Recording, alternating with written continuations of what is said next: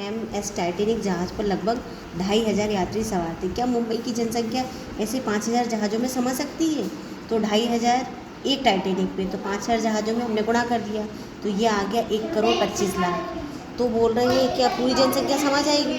तो जनसंख्या कितनी थी? 1,24,00,000 से अधिक, 1,25,00,000 आ रहा है, तो हाँ लगभग समा सकती है, क्योंकि जो आंकड़ा दिया है ये उसको सेटिस्फाइड कर रहा है। दूसरी बात ये बोल रहे हैं कि एक वर्ष में वह कितनी दूरी की यात्रा करेगी। तो एक वर्ष में, क्योंकि वो 100 किलोमीटर एक दिन में चलती है, तो एक साल में 365 का गुणा करेंगे तो वो चलेगी 36,500 किलोमीटर।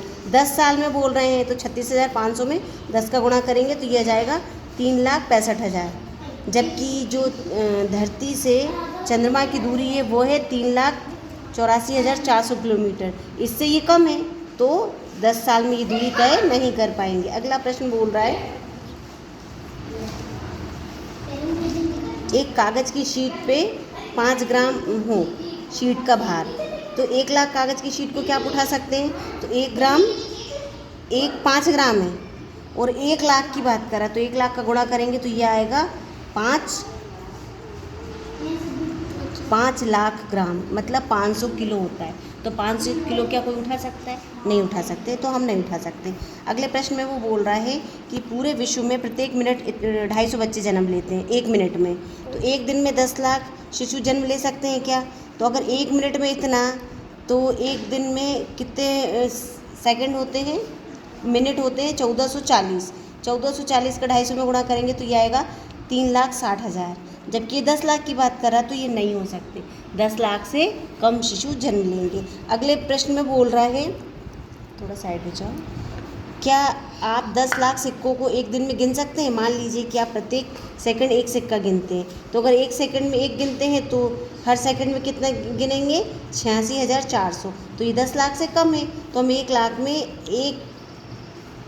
10 लाख सिक्कों को एक दिन में नहीं गिन सकते, उसको गिनने में लगेंगे 11.5 दिन। ठीक है, 11 दिन और 5 घंटे।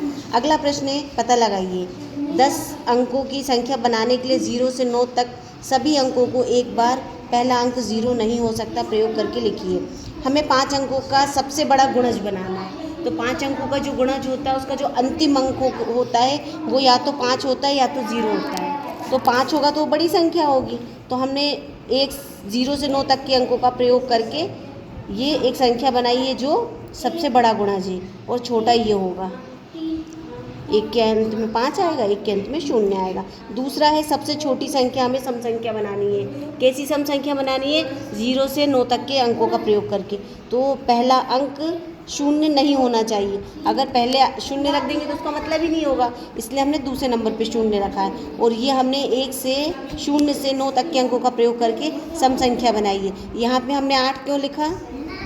0 1 0 2 3 4 5 6 7 8 9, हमने इसलिए 9 यहाँ लिखा है क्योंकि अगर यहाँ लिखते तो विषम संख्या हो जाती, इसलिए हमने यहाँ पे लिखा है। इस प्रकार से ये संख्या बनेगी।